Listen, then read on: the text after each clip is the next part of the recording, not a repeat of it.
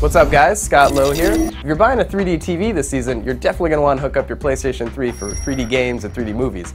It's a bit of a confusing process though, so we're going to take you through it step by step. First off, you've obviously got to connect your PlayStation 3 to your TV with an HDMI cable. Once that's done, fire up your PlayStation 3 and navigate over to the settings. From there you want to select display settings and then video output settings.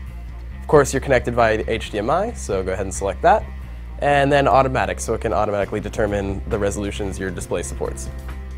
After a few seconds, this message will come up, which is of course pretty standard for PlayStation 3. Of course you're going to want to confirm that it supports 1080p. And then now it'll ask you how big your screen is, and it says that it's capable of doing 3D. So we'll spare you the technical jargon, but essentially what this does is it determines how to scale the PlayStation 3's 3D capabilities to the size of your display. So go ahead and confirm the size. It generally is automatically correct, but if not, make sure it's the right size. And then it'll bring you to the confirmation screen, and then you just hit enter. Then you're all set, so you just hit finish, and then you're back to the menu. Where you go from here varies largely on the game or Blu-ray you're viewing and the type of TV you have. For example, if we fire up Super Stardust HD, you can see that it asks you whether or not you want to play in 3D. Similarly, MotorStorm Pacific Rift 3D also asks you to enable 3D mode.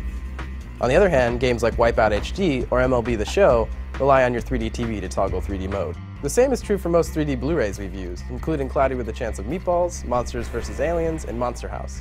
How you enable your TV's 3D mode, again, varies on specific model. In the case of the two displays we have here, the Sony Bravia XBR H909 and Samsung LED 7000, the 3D systems are slightly different. The Sony model comes 3D ready, but users must buy a transmitter system and glasses to use it, which can be bought individually or in a bundle. The Samsung, however, comes with a transmitter built in, so all you need is a pair of glasses, which again also comes in bundled pairs. Each of these TVs comes with a dedicated 3D toggling button on the remote. This will either turn on 2D to 3D conversion, like so, or it'll access 3D content coming through the Blu-ray or the game. Once you've completed all these steps, all you need to do now is power on your glasses, fire up your game or Blu-ray, and enjoy rich, immersive 3D. For all the latest on 3D TVs, games, Blu-rays, and more, stay tuned to IGN.com.